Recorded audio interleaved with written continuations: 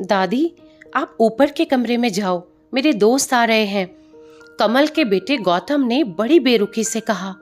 पर बेटा, मैं तो यहाँ बहुत दूर बैठी हूँ, कमल की माँ ने बहुत प्यार से कहा। नहीं, आप उनके सामने मत रहो, वो मुझे चिढ़ाते हैं, गौतम ने जोर से डांटते हुए कहा। क्या हुआ गौतम, क्यों चिल्ला रहे हो? कमल की पत्नी रुचि ने किचन से ही आवाज लगाई। देखो ना माँ, ये दादी यही ड्राइंग रूम में बैठी हैं और मेरे दोस्त आ रहे हैं, गौतम ने शिकायत भरे लहजे में कहा। माँ जी, आप ऊपर चली जाओ, क्यों आप हम लोगों को शर्मिंदा करवाती हो, रुचि ने अपने बेटे का पक्ष लेते हुए कहा। बेचारी पार्वती जी चुपचाप उठकर सीढ़ियों के सहारे ऊपर जाने लगी। उनकी कमर झुकी होने के कारण उन्हें ऊपर चढ़ने में बहुत परेशानी हो रही थी, लेकिन वो पूरी ताकत से ऊपर के एक अकेले कोने वाले कमरे में जाकर बैठ गई। कमल बाजू के कमरे से ये सब कुछ सुन रहा था। उसे कष्ट भी हो रहा था कि उसकी माँ को अपमानित होना पड़ रहा है, किंतु वो असहाय था। अगर वो कुछ कहता है तो पत्नी और बच्चे उसका विरोध करने लगते हैं। दूसरे उनके तर्क भी सही लगते हैं, क्योंकि वो एक प्रशासनिक अधिकारी था, उसका सामाजिक स्तर बहुत ऊंचा था, उसकी ससुराल भी एक उच्च घराने में थी, इसीलिए वो चुपचाप इस तरह हर दिन अपनी माँ को अपमानित होते हुए देखता रहता था। रात को कमल की पत्नी ने कहा, देखो जी, अब आप कुछ करो, कल कलेक्टर साहब की पत्नी आई थी, माँ जी अपनी देसी धुन धारा में उनसे मिली, मुझे बहुत ही ज्यादा शर्म आ रही थी बताते हुए कि ये मेरी सास है, और देखो मैंने तो कह दिया कि दूर के रिश्तेदार हैं, इलाज कराने आई हैं। कमल को रोना आ गया, लेकिन वो फिर भी चुप रहा। उसे समझ में नहीं आ रहा था कि वो क्या करे। अपने बेटे की मनोस्थिति को पार्वती बहुत अच्छे से जानती थी और बेटे को कोई कष्ट ना हो, इसीलिए वो हर बात को चुपचाप सह लेती थी। कमल बहुत उदास रहने लगा। एक तरफ परिवार और सामाजिक स्तर पर जीने की प्रतिबद्धता थी, तो दूसरी ओर माँ।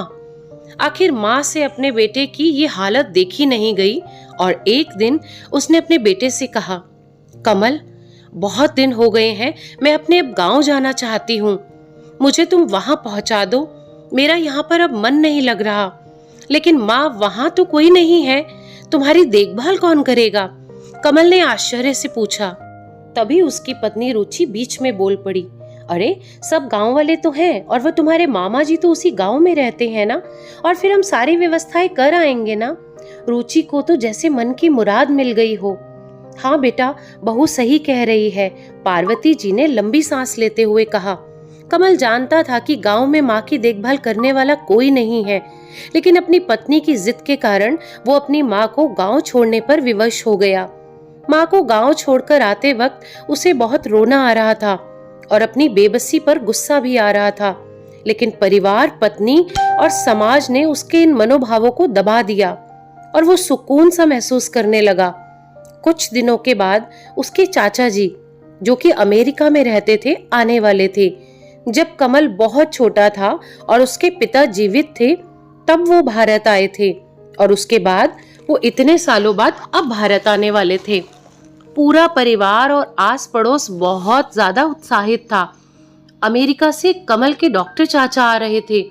डॉक्टर सुमेश ने जैसे ही घर में कदम रखा, सबने मिलकर बहुत उत्साह से उनका स्वागत भी किया। क्यों कमल बेटा, भाभी नहीं दिख रही है, कहाँ है? सुमेश चाचा ने उत्सुकता पूर्वक पूछा। जी वो तो गांव में रहती है, यहाँ उनका मन नहीं लगता, रुचि ने सपाट लहजे में उत्तर दिया। सुमेश जी ने कमल की ओर देखा तो कमल ने अपनी आंखें झुका ली। सुमेश जी सब समझ गए और बोले, कल हम भाभी से मिलने गांव चलेंगे सभी लोग। और दूसरे दिन सभी लोग गांव के घर में पहुंचे। वहां पहुंचकर देखा कि पार्वती जी को तो बहुत तेज बुखार है और वो पलंग पर असहाय पड़ी है।